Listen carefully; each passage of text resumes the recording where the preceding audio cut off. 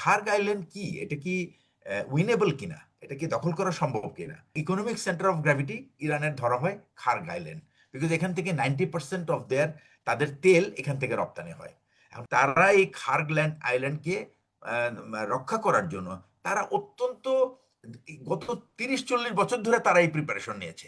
Boots on the গ্রাউন্ডের ব্যাপারটা যেটা অনেকদিন থেকে আলোচনা হচ্ছে, আমি আপনার চ্যানেলেও আমি ওই দিন একটা ব্যাপার বলেছি, হরমুজে কিভাবে হরমুজকে যদি আক্রমণে হরমুজকে নিয়ন্ত্রণ করতে হলে ইউএস মিলিটারি কি কি করতে পারে সেটা আমি আপনাকে বলেছি। আর সবচেয়ে বড় কথা হচ্ছে যে আপনি কোনো ফিজিক্যাল অকুপেশন ছাড়া আপনার হরমুজ খোলা সম্ভব না। আর সেকেন্ড হচ্ছে ফিজিক্যাল অকুপেশন করলেও ইরানের সেই আহ, যোগ্যতা আছে বা তাদের সেই ক্ষমতা আছে হরমুজকে কিন্তু আবার অকেজো করে দেওয়ার। এখানে কিন্তু অনেক কিছু ঘটে যাচ্ছে আর কি অ্যাকচুয়ালি। এবং আজকে আমি যে ব্যাপারটা যে অনেক মিলিটারি অ্যানালিস্ট যারা যারা খুব বড় বড় মিলিটারি, যেমন টার্কিশরা, আমেরিকানরাও বলছে, সবাই বলছে যে আহ, এই যুদ্ধে প্রথম কথা হলো যে আহ, মানে স্থল যুদ্ধে মার্কিনীদের পক্ষে নিউমেরিক্যাল সুপিরিয়রিটি সম্ভব না। আমরা যারা সেনাবাহিনীর বা এরকম সামরিক বাহিনীতে আছি, আমাদের একটা নর্মাল ক্যালকুলেশন হচ্ছে যে আপনি একটা অবস্থানকে যদি আপনি দখল করতে যান, তাহলে আপনাকে 3:1 ট্রুপস লাগবে। অর্থাৎ প্রতিরক্ষায় যে থাকবে, সে যদি একজন থাকে তাহলে আমাকে, তার বিরুদ্ধে আমাকে মিনিমাম 3 জন।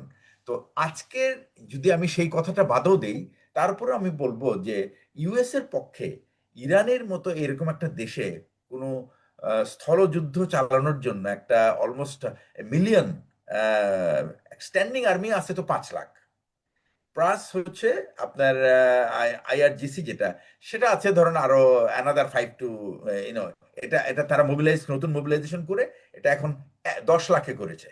এখন এদের পক্ষে কি সম্ভব যে তাদেরকে পরাজিত করা? কোনোভাবেই সম্ভব না। আর এটা হলো একটা একটা হলো সৈন্য সংখ্যা, 2 নম্বর হলো স্পেস থাকতে হবে। এখানে যুদ্ধের ব্যাপারে সেটা হলো কি, আপনি শুধু সৈন্য সংখ্যা থাকলে চলবে না, আপনাকে একটা স্পেস থাকতে হবে, যেখানে আমরা বলবো ডিপ্লয়মেন্ট স্পেস থাকতে হবে, ম্যানুভারেবিলিটি স্পেস থাকতে হবে।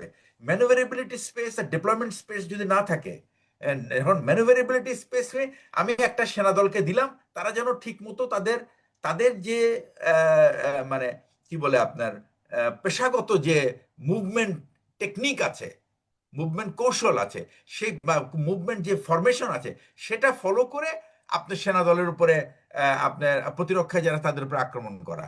এই যে একটা ক্লাসিক যে যুদ্ধ, এটা আমরা এখানে দেখতে পাচ্ছি না। আর আচ্ছা, তাহলে এদের সৈন্য সংখ্যা কত?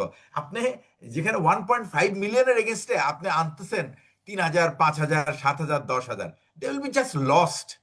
হ্যাঁ, তো এদের কাজটা কি হবে? হ্যাঁ, এদের এমপ্লয়মেন্ট তো ডেফিনেটলি আছে। এখন যুদ্ধ কিন্তু আসলে এত বড় দেশ, পুরো জায়গা দখল করার দরকার নেই। একটা দেশকে আপনি যদি মানে তাকে যদি দুর্বল করতে চান, তাহলে আপনাকে জানতে হবে তার সেন্টার অফ গ্র্যাভিটিটা কই। যেমন এখানে ইকোনমিক সেন্টার অফ গ্র্যাভিটি ইরানের ধরা হয় খার্গ আইল্যান্ড, বিকজ এখান থেকে 90% অফ দেয়ার, তাদের তেল এখান থেকে রপ্তানি হয়। এখন খার্গ আইল্যান্ড কি, এটা কি উইনেবল কিনা, এটা কি দখল করা সম্ভব কিনা? উত্তর হচ্ছে খার্গ আইল্যান্ডে আপনি নামতে পারেন, কিন্তু সেখানে সাস্টেন করতে পারবেন না। কারণ খার্গ আইল্যান্ড হলো মাত্র 25 কিলোমিটার দূরে ইরানের মেইনল্যান্ড থেকে। সেকেন্ড হচ্ছে খার্গ আইল্যান্ডের যতটুকু মানে ফোর্স অকুপাই করলে এটাকে ডিফেন্ডেবল করা যাবে, ততটুকু সে অকুপাই অলরেডি করেই আছে। তার মানে আপনাকে সরিয়ে ফেলতে হবে। তো এটা আপনি কোনোভাবেই এরিয়াল ইনসারশনে সম্ভব না। আর এরিয়াল ইনসারশনে আপনি প্রায় 3 থেকে 4 হাজার লোক নামালেন, তারপর তাদেরকে আপনি সাস্টেন করাবেন কিভাবে? আর একটা হচ্ছে যে ইরানের যে এখন যে সক্ষমতা, তারা এই খার্গল্যান্ড আইল্যান্ডকে আহ, রক্ষা করার জন্য তারা অত্যন্ত গত 30-40 বছর ধরে তারা এই প্রিপারেশন নিয়েছে। এর মধ্যে আপনার আছে টানেল সিস্টেম তাদের আছে ওখানে, তারপর আপনার কোস্টাল আর্টিলারি আছে, তারপর man pad air defence element আছে। আপনি নামাতে হলে তো আপনি প্লেন নামাতে পারবেন না, আপনাকে হেলিকপ্টার নিয়ে যেতে হবে। হেলিকপ্টারটা হলো খুবই একটা লুক্রেটিভ টার্গেট এই সমস্ত ম্যান প্যাড আপনার এয়ার ডিফেন্স সিস্টেমের কাছে। এরপরে যেটা থাকবে সেটা হলো এই সমস্ত জায়গাগুলি আহ, আপনার ইরানের তারা এটাকে বলে রেজিস্টার্ড টার্গেট। অর্থাৎ এটা অলরেডি এদের গ্রিড লোকেশন জানা, এদের জিপিএস লোকেশন জানা, আমেরিকানদেরকে তো একটু তার শত্রু পজিশন বের করতে হবে, তারপরে তার গ্রিড লোকেশন বের করতে হবে। They will take time, but এরা তো প্রি রেজিস্টার্ড, এ তো মানে আপনার অস্ত্র তো তাক করাই আছে। আচ্ছা, সেকেন্ড হচ্ছে যে আমেরিকানরা কি এটা কি পুরোপুরি ধ্বংস করতে চায় না, কারণ তারা চায় যে তারা ইরানকে কবজা করতে পারলে ইরানের যে যে তেল সম্পদ আছে সেটা তারা এটাকে এখান থেকে তারা ব্যবসা করতে চায়। আপনি হুম। দেখেন এদের সব মূলে কিন্তু একটাই, এখানে কারা ইনভলভ? ট্রাম্প এক ব্যবসায়ী, জেরেড কুশনার আরেক ব্যবসায়ী, ঠিক আছে না? ওই যে আরেকজন আসছে যে তার সাথে আছে, সে হলো আরেক রিয়েল এস্টেট ব্যবসায়ী। তো এরা তো আসছে এখানে ব্যবসার উদ্দেশ্যে, তারা তো সত্যিকার অর্থে কোনো শান্তি বা তাদের কোনো ডিপ্লোম্যাটিক ব্যাকগ্রাউন্ড নাই, নেগোসিয়েশন ব্যাকগ্রাউন্ড নেই, তারা কনসিকুয়েন্স বোঝে না যে এইরকম একটা যুদ্ধে এটা যদি হঠাৎ করে তাদের নিয়ন্ত্রণের বাইরে চলে যায় তাহলে এটার পরিণাম কি হতে পারে।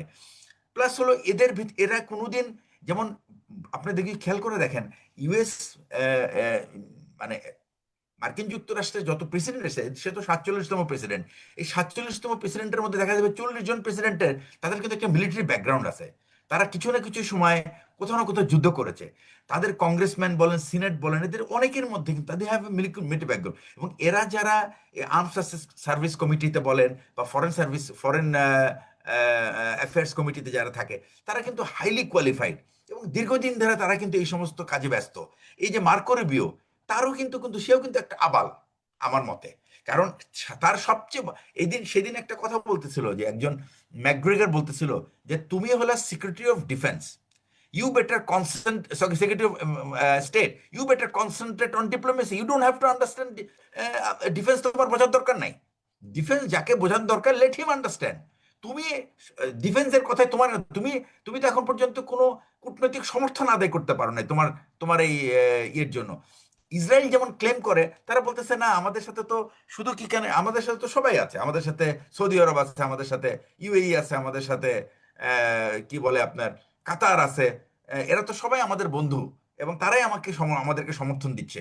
আসলে কিন্তু এই যুদ্ধে এখন ইউএই এবং সৌদি আরব তারা কিন্তু ডেসপারেটলি তারা কিন্তু একটা আলটিমেটাম দিয়েছে ট্রাম্পকে, যে তুমি ভাই এই যুদ্ধ শেষ করো, ইরানকে শেষ করো, না হলে আমরা বাঁচতে পারবো না।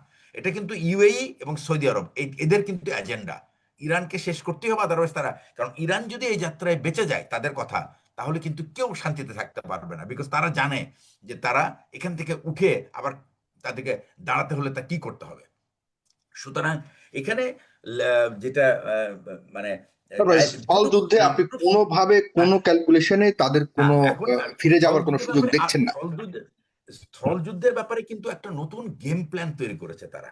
সেটা হচ্ছে, এটা অনেকেরই জানা থাকবে না, সেটা হচ্ছে যে তারা তো ইরান কিন্তু নর্থ, উত্তর বা পূর্ব দিক থেকে কিন্তু আক্রমণের সম্ভাবনা খুব কম। কারণ ওই জায়গাগুলিতে হরমুজের অন্য পাশে তো ওদের বেস আছে। অন্য পাশে, জি। এখন হ্যাঁ, তো ওইখানে কি সেখান থেকে করতে চায় তারা, কতটুকু সুযোগ ওইখানে আছে? আমি সেই সেই সেই জায়গাটায় আসছি। সেখানে বলছে যে কুর্দিদেরকে এরা অর্গানাইজ করার চেষ্টা করছে। এই হুম। এই কুর্দিদের সাথে কিন্তু কুর্দির যে লিডার, তারা কিন্তু ট্রাম্প এবং নেতানিয়াহুর সাথে মিটিং করেছে। মিটিং করার পরে এখন তারা যেটা চেষ্টা করছে যে ইরানের উত্তর সাইডে এই কুর্দিদের দিয়ে এই এই এই যে গ্রুপ পিকেকে, এই পিকেকে তারা অর্গানাইজ করতে চাচ্ছে। পিকেকের সাথে কিন্তু টার্কিশদের একটা পিস ডিল হয়েছে, এবং এই পিস ডিলটা কিছুটা ইউএস এর ব্রোকারি আছে। কারণটা হলো কিরকুক থেকে যে তেলের পাইপলাইনটা যাচ্ছে আদানা পর্যন্ত, এটাই কিন্তু এই যে এখন হরমুজ বন্ধ হয়ে গেল, লোহিত সাগর যদি বন্ধ হয়ে যায়, তাহলে কিন্তু ওইটাই একমাত্র অল্টারনেটিভ রুট যে দিক দিয়ে কিন্তু তেল ইরাকে ইরাকের তেলটা তারা বের করতে পারবে। কিন্তু যদি তারা এই পিকেকে কে যদি ইনভলভ করে ফেলে এখানে, তাহলে কিন্তু এই পিকেকে এবং ইউএস এবং আমেরিকা, ইউএস এবং ইসরায়েলের প্রক্সি এজেন্সি হিসেবে তারা চেষ্টা করবে ইরানকে ব্যস্ত রাখতে হবে নর্থ দিক থেকে। এটা যদি হয়, টার্কিশ জেনারেলদের অ্যাসেসমেন্ট হচ্ছে এটা টার্কির জন্য খুবই বিপজ্জনক, এবং টার্কি এটা হইতে দিবে না। কারণ টার্কি চায় না যে এই পিকেকে আবার রিভাইভ করুক, এবং এই পিকেকে যখন ইরানের পাশে চলে যাবে, ইরানের সাইডে, এটার নাম হলো আহ, এটা এটা এদেরকে বলছে পিজেকে, এটা হলো পিজ্যাক বলে আর কি, একটা হলো পিকেকে আর পিজ্যাক। এই পিকেকে এবং পিজ্যাক মিলে, এবং এই কুর্দিরা হলো কি, কিছু অংশ আছে ইরাকে, কিছু অংশ আছে ইরানে, কিছু অংশ আছে আজারবাইজানে, কিছু অংশ আছে টার্কিতে। তো এই চারটাকে একত্র করে একটা গ্রেটার কুর্দিস্তানের তারা স্বপ্ন দেখছে, এবং এই স্বপ্ন দেখলে কিন্তু টার্কির জন্য বিপদ, এবং Turkey will get involve into war. এই জন্য তো বলছে কুর্দিরা তো সরাসরি না করে দিয়েছে, তারা তো ঘোষণা দিয়েছে যে না, আমরা ইরানের বিরুদ্ধে যুদ্ধে যাব না, যতটুকু হ্যাঁ, শুনেছি। কিন্তু কিন্তু কিন্তু কিন্তু মানে এই যুদ্ধে তো নেতানিয়াহু অন্তত পক্ষে তারা নেতানিয়াহু আর ট্রাম্প তাদেরকে ইনস্টিগেট করছে, ঠিক আছে। ইনস্টিগেট করছে, আরেকটা হ্যাঁ হলো আরেকটা হলো যে আফগানিস্তানদেরকে তারা চেষ্টা করছে কানেক্ট করতে থ্রু ইন্ডিয়া, যেন ইরানের পূর্ব দিকে একটা কেওয়াস তৈরি করতে পারে। হুম, তো ইরানকে যেমন বিভিন্ন ফ্রন্টে ব্যস্ত রাখা যায়, ইরান যেরকম এখন ইসরায়েলকে 3টা ফ্রন্টে ব্যস্ত রাখছে, সেইটা এখন তারা চাচ্ছে যে দরকার হলে পয়সা খরচ করে হলেও ওদেরকে দিয়ে এই কাজগুলো করাও। তো এটা যদি হয় তাহলে কিন্তু it will become a huge একটা, মানে তখন ইরানের যে প্ল্যান, এই প্ল্যানটাকে উনি বলছেন যে এটা তার তাদের ভাষায় বলছে স্যামোস ফেজ। তো স্যামোস ফেজ কি জিনিস? স্যামোস ফেজ হলো, পার্সিয়ান ভাষায় হলো রিটালিয়েটরি অ্যাকশন। হুম, তাদের কথা হচ্ছে যে তুমি আমার 3টা বড় স্টিল প্ল্যান্টের 2টাতে তুমি অ্যাটাক করেছো, হুম। আমি এখন করব কি, আমি 3টা মিডল ইস্টের 3টা দেশের ওয়াটার স্যালিনেশন ডিস্যালিনেশন প্ল্যান্ট যেটা, I will just blow it of.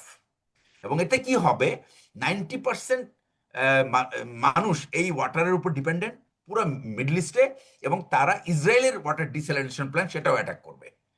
তারপরে কি করবে, তারা এই ডিসেলেশন প্ল্যান্ট শুধু না, এই প্ল্যান্টের পাশে আছে হলো পাওয়ার প্ল্যান্ট। তো আপনি দেখেন এখন এটা হলো কি মাস, এটা হচ্ছে আপনার এপ্রিল। মার্চ মাস। এপ্রিল মে একটা হুম। মধ্যপ্রাচ্যে একটা ভয়াবহ একটা ওয়েদার, এবং এই ওয়েদারে আপনি পানি নাই, ইলেকট্রিসিটি নাই, এয়ার কন্ডিশন নাই। চিন্তা করতে পারেন কি অবস্থা হতে পারে। তো ইরান কিন্তু যদি আক্রান্ত হয়, Iran will go up to that extent. Next হচ্ছে up to that Putin. Extend যাবে যে এটা কি আসলে ওই মধ্যপ্রাচ্যের এই উপসাগরীয় ছোট ছোট দেশগুলোর উপরে তাদের সার্বভৌমত্বের উপরে আঘাত কিনা সরাসরি, সেখানেও তো একটা বিবেচনার জায়গা না, তৈরি হবে। যদি কারণ ইরানের তারাও যদি যদি এই ইরান কারণে তারাও যদি জড়িত হয়ে যায়, তখন তো আবার ইরানের জন্য এটা লোড নেওয়া কতটুকু সহজ হবে সেটাও তো একটা কারণ, যেটা চাচ্ছে না, ইসরায়েল এখন কথা যে হচ্ছে, এদের এখন মধ্যে একটা না, আমি সামনাসামনি। ব্যাপারটা এখানে ব্যাপারটা হচ্ছে কি, এই যে পসিবিলিটি আছে, তো এখন কি কি সারা বিশ্বের যারা রাজনৈতিক নেতৃবৃন্দ, তাদের কিন্তু তারা কিন্তু সবসময় মানে সারা পৃথিবীকে নিয়ে চিন্তা করে। হুম, ট্রাম্পই একমাত্র যে শুধুমাত্র তার ব্যবসা চিন্তা করে, he doesn't think about the rest of the world. Exactly. Hmm, US এর যত প্রেসিডেন্ট আগে এসেছে, কেন তারা এই যে জর্জ ডাব্লিউ বুশ তো ছিল বিশাল যুদ্ধবাজ, সে কেন ইরানে অ্যাটাক করে নাই? কেউ ওবামা কেন অ্যাটাক করে নাই? হুম, এরা মানে তারা কিন্তু প্রত্যেকটা প্রেসিডেন্ট ট্রাই টু কনভিন্স, হুম, কিন্তু এই কনভিন্স করার চেষ্টা করলেও তাদেরকে কিন্তু রাজি করাতে পারে নাই, তাদের কিন্তু শাট আপ করে দিয়েছে। কিন্তু এই ট্রাম্প তাদেরকে ওই ব্যবসার যে লোভ দেখাইছে, যে তুমি যদি অ্যাটাক করো, যে $5 বিলিয়ন নিয়ে চলে গেছে জ্যারেড কুশনার, যে জি। আমি ইরানকে আমরা ট্যাকেল করব, তুমি আমাকে $5 বিলিয়ন ব্যবসা দাও, দিয়ে দিছে $5 বিলিয়ন।